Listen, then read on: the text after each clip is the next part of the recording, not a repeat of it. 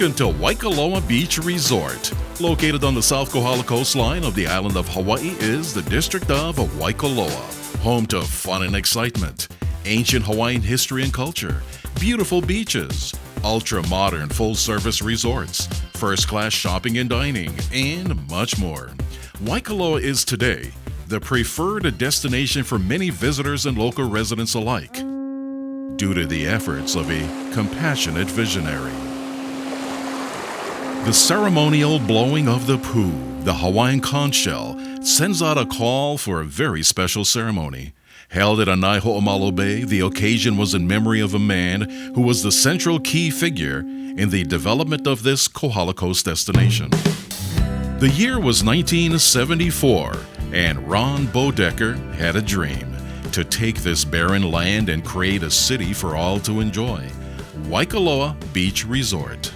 Young guy, 40 years old, who had this big dream of being a huge developer. And he had really no background to be that. I always talk about this is where he started dreaming big. Home for Ron and family was in Santa Barbara, California, where he worked for the city of Ventura as a planning engineer. He then moved over to Boise Cascade, where he became the president of its real estate division. Dad being the president of the company at the time, they asked him to divest out of all of the real estate, and he fell in love with the real estate. This is when he started Transcontinental. He wanted to go and find investors to help him purchase the assets of Boise Cascade. Took a lot of guts. Most people wouldn't do it. In fact, a lot of people told me he couldn't do it. He didn't have any money. Enter the Bass brothers, who believed in Ron's mission.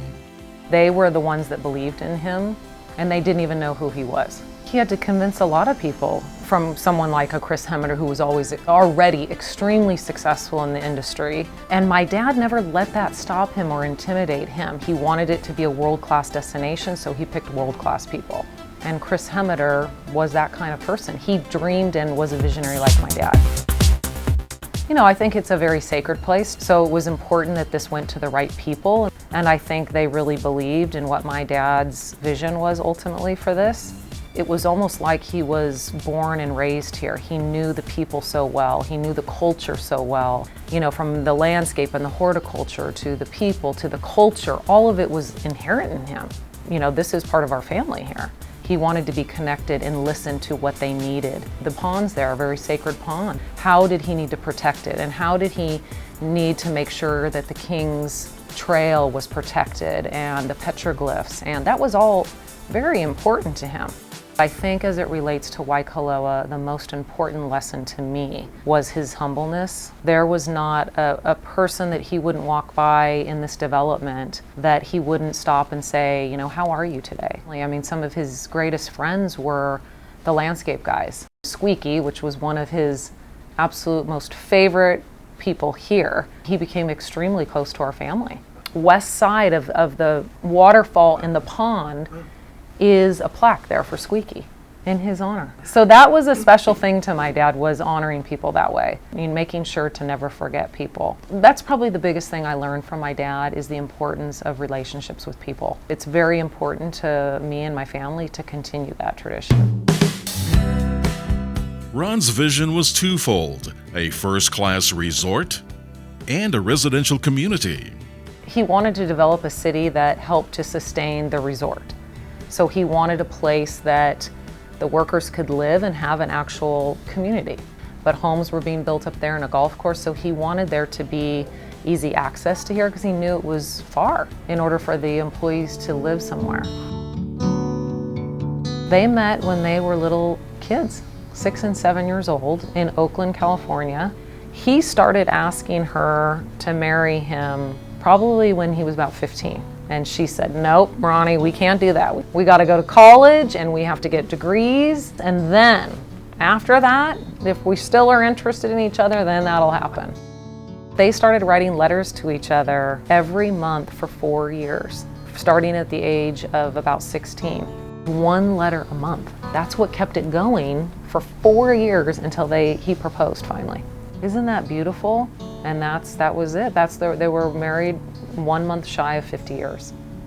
He passed away 1 month before their 50th wedding anniversary. You couldn't possibly do something like this unless you had a partner that supported you in every way. He was a very spiritual man, so he went to church every day of his life, every day. He looked at it from a medical perspective, from a spiritual perspective. So he said, I'm gonna take all these prongs, I'm gonna put them together, and I'm gonna beat this thing. You know, I think he'd never really thought about dying, ever. You know, so when I think that he was diagnosed with his illness, I think it was like anything in his life. He just thought, I could beat this too. He overcame the most unbelievable odds in his whole life. Why wouldn't he be able to overcome this? There's a 5% chance of survival, basically. And his way of looking at it was, well, there's 5% of the people are living from this, so why can't I be that 5%?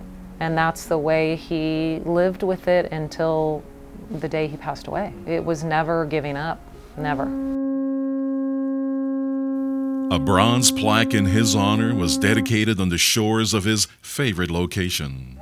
The picture of him talks about the sacredness of the ponds and then what Waikoloa means to our family, who he was as a developer and what Waikoloa means to our family. The location of the plaque is a very special place to us too. He loved that beach, and those ponds were his favorite place in the whole world.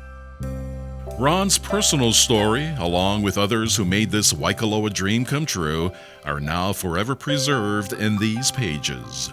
It really encompasses who he is as a man. It encompasses all of the people that made this place possible, by the way, which was not just him. There was a lot of people that were involved. So I think the fact that it was able to capture the essence of who he is, too, I think you really feel that when you read the book. I want people to remember him for being an amazing man, a good man, an ethical man, someone with great honor and treated everybody with the utmost respect. I'm very proud of the fact that this is a world-class destination. You know, he gave an amazing template for us to follow. Part of his legacy is us, so the continuation of what he did and how he treated people will never ever leave us.